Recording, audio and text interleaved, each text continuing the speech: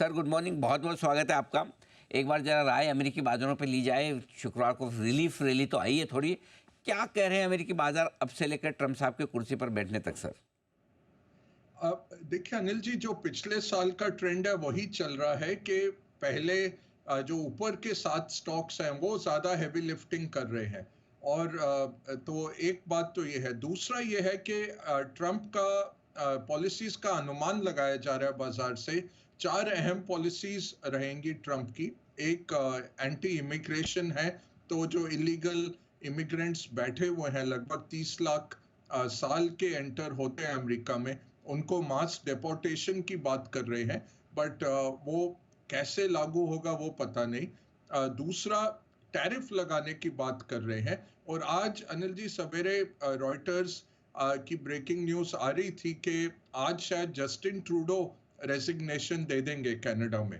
तो ये ट्रम्प के टैरिफ और जिस तरह से ट्रम्प ग्लोबल पॉलिटिशियंस को ट्रीट कर रहे हैं, एक तरह से आप कह सकते हैं उसका भी असर है। क्योंकि आपको याद होगा ट्रूडो फ्लोरिडा में ट्रम्प के घर गए थे उनको मिलने, उनका जो रिजॉर्ट है जहां वो रहते हैं वहां गए थे। और फिर उन्होंने कहा था कि आप अमेरिका में सम्मिलित हो जाएं, 91 स्टेट बन जाएं आप, अमेरिका की 51st स्टेट। और ये जो सोशल मीडिया पे ट्रुथ सोशल जो है उनका, उसके ऊपर ट्रूडो को एड्रेस कर रहे थे governor Trudeau instead of prime minister जो हैं वो कनाडा के, उनको गवर्नर बोल रहे थे 51st स्टेट के। तो आज लगता है कि ट्रूडो रेजिग्नेशन होगा कनाडा में।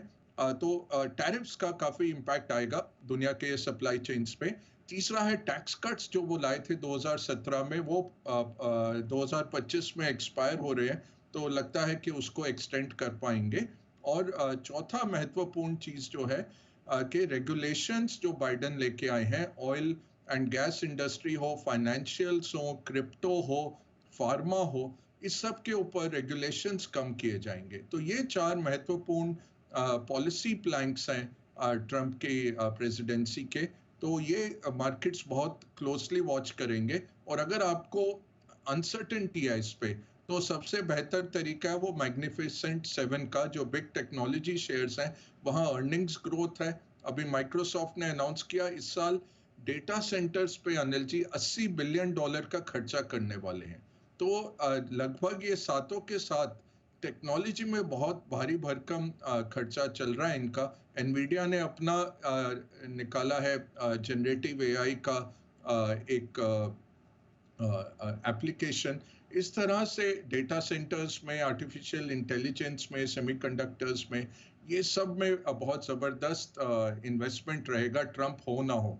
तो इसलिए अमेरिकन मार्केट अभी अमेरिकन एक्सेप्शनलिज्म में चल रहा है कि इकोनॉमी अच्छा कर रही है अमेरिका की, साथ में ये जो टॉप 7 शेयर्स हैं इसके कारण ओवरऑल अर्निंग्स ग्रोथ उनकी भारी भरकम है। 15 जनवरी से अर्निंग सीजन शुरू होता है अमेरिका का। इस बारी थोड़ा लेट है क्योंकि नया साल है, तो एग्जीक्यूटिव्स लौट रहे हैं अभी छुट्टियों के बाद, और फिर घोषणाएं शुरू होंगी। तो अर्निंग्स भी काफी अच्छे होने की उम्मीद है। 9.8% की ग्रोथ है ईयर ऑन ईयर जो अनुमान है, और पूरे साल के लिए 15% अर्निंग्स S&P 500 का। तो ओवरऑल यूएस एक्सेप्शनलिज्म ये चल रहा है अनिल जी।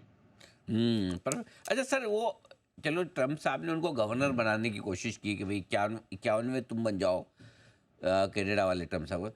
तो लेकिन ये ऐसे में उनको इस्तीफा देने की क्या जरूरत आ गई? मतलब इस्तीफा क्यों दे रहे हैं?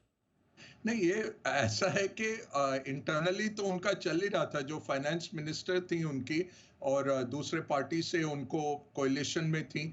फिर एक और पार्टी है जो खालिस्तानी समर्थक हैं, वो उन्होंने ऑलरेडी विड्रॉ कर लिया था। तो ओवरऑल अप्रूवल रेटिंग ट्रूडो की बहुत कम है। तो ये सारे जो इनके पॉलिसीज रहे हैं उसके खिलाफ है पॉपुलेशन। तो कंजर्वेटिव्स आना लगभग तय है। लिबरल पार्टी जिससे ट्रूडो बिलोंग करते हैं उसका अप्रूवल रेटिंग और ट्रूडो का पर्सनल अप्रूवल रेटिंग बहुत कम है अनिल जी। और उसके ऊपर मोहर लगा दी ट्रम्प ने। अब देखिए एलॉन मस्क रोज अब बयान दे रहे हैं लेबर पार्टी के प्रधानमंत्री के खिलाफ।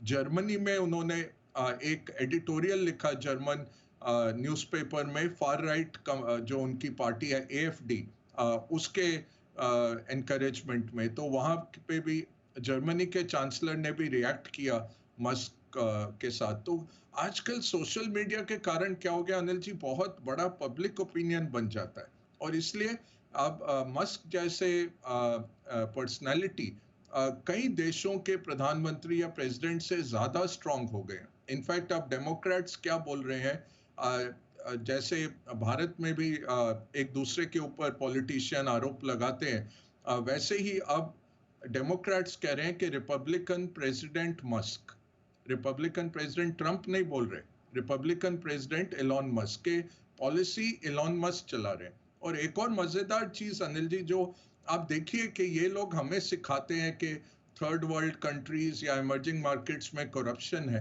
इनका लेवल ऑफ सोफिस्टिकेटेड करप्शन देखिए कि फेसबुक हो, अमेजोन हो, एप्पल हो, सब जा जा के ट्रंप के रिसोर्ट में मिल रहे हैं फ्लोरिडा में उनको, साथ में उनको चेक्स दे रहे हैं कि आपका इनॉग्रेशन होने वाला है, खर्चा होगा, तंबू वंबू लगेगा, समोसे बटेंगे, जलेबियां बनेंगी, तो ये लीजिए पैसे। $1-1 मिलियन ऑफिशियली दिए जा रहे हैं अनिल जी।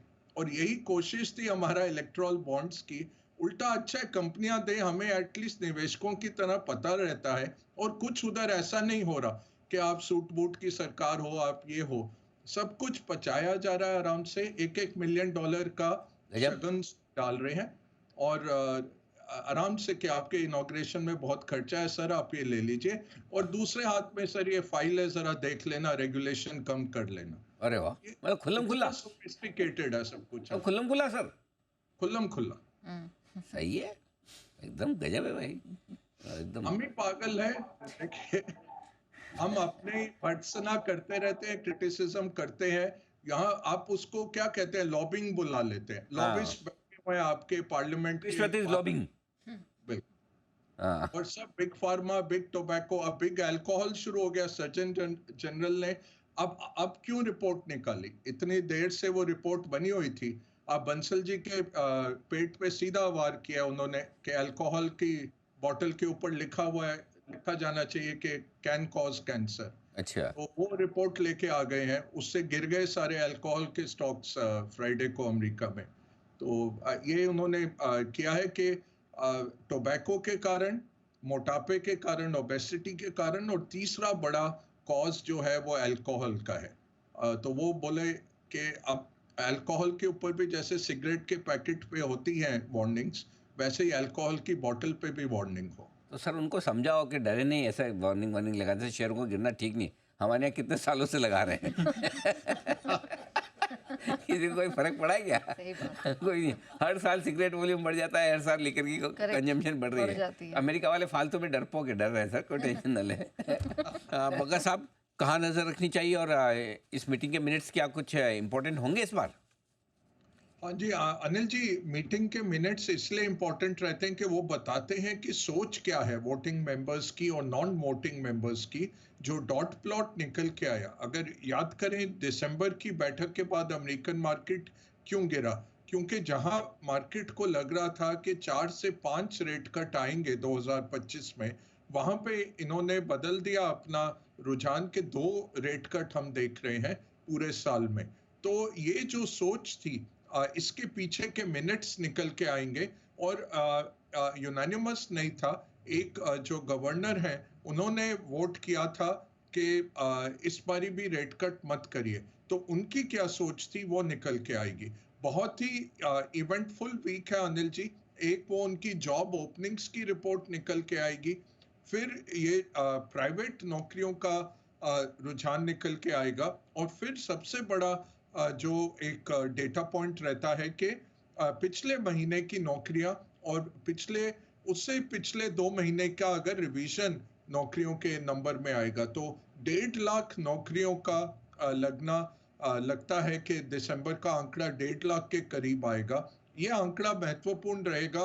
फेड की बैठक जो जनवरी में है, उसमें लगभग तय है कि रेट कट नहीं करेंगे, बट मार्च की बैठक के लिए ये एक डेटा पॉइंट बनता है। दूसरा ये बताता है कि अमेरिकन इकोनॉमी का हाल क्या है, क्योंकि 4.2 का जो अनएम्प्लॉयमेंट नंबर है वो बहुत इंपॉर्टेंट रहेगा। तो काफी इवेंटफुल वीक है।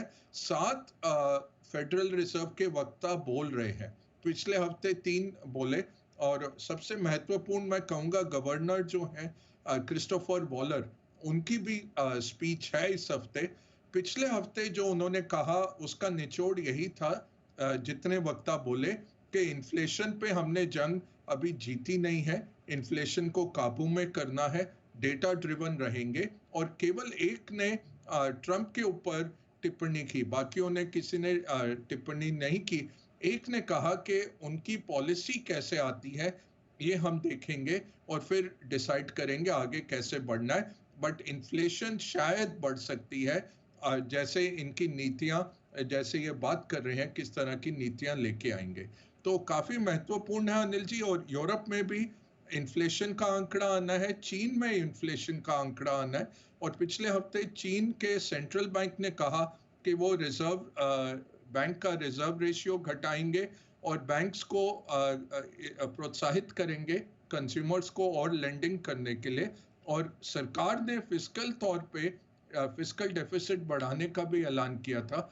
युआन गिर रहा था, बट आज जो सवेरे फिक्सिंग की उन्होंने युआन की ऑफशोर मार्केट में, वो कोशिश कर रहे हैं डिफेंड करने की 7.2 के ऊपर प्रति डॉलर। तो चीन से भी काफी इस हफ्ते हमें रुझान दिखेंगे अनिल जी।